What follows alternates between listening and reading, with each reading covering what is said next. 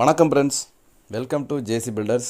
இந்த வீடியோவில் நம்ம பார்க்க போகிறது one way slab, two way ஸ்லாப்புன்னு சொல்கிறாங்களே அப்படின்னு என்னன்னு தெரியல அப்படின்னு சொல்லிட்டு நிறைய பேருக்கு கன்ஃபியூஷனாக இருக்கும்.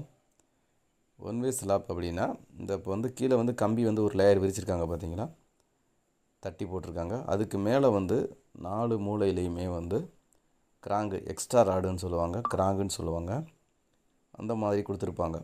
அதுக்கு பேர் தான் one way slab, two way ஸ்லாப்புன்னு சொல்கிறோம். இப்போ 2 சைடு கொடுத்துருந்தாங்க அப்படின்னா அதுக்கு பேர் ஒன் வே ஸ்லாப்பு. 4 பக்கமும், அதாவது 4 மூலையிலுமே இருந்து கொடுத்தாங்க அப்படின்னா அதுக்கு பேர் டூ வே ஸ்லாப்பு. இப்போ நம்ம பார்க்குறது டூ வே ஸ்லாப்பு. 4 மூலையிலையுமே எக்ஸ்ட்ரா ராடு மேலே கொடுத்து கம்பி கொடுத்துருப்பாங்க.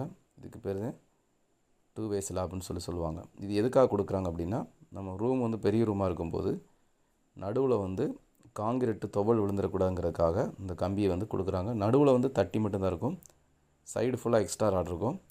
இந்த எக்ஸ்ட்ரா ராடு ஃபுல்லாக சுவரில் உட்காந்துரும். அப்போ நம்ம சுவர் மேலே கைப்பிடி சுவர் கட்டும்போது லோடு ஃபுல்லாக சுவரில் உட்காந்துக்கிறோம். அப்போ நடுவில் துவள் விழுகாது. நடுவில் சிங்கிள் கம்பி தான் இருக்கும் எப்பயுமே. ஓகே, வேறு எதுவும் டவுட் இருந்துச்சு அப்படின்னா கமெண்டில் தெரியப்படுத்துங்க. வேறு எதுவும் பேசணுன்னாலும் நீங்கள் தாராளமாக கூப்பிடலாம். மீண்டும் அடுத்த வீடியோ சந்திப்போம். தேங்க்யூ, தேங்க்ஸ் ஃபார் வாட்சிங்.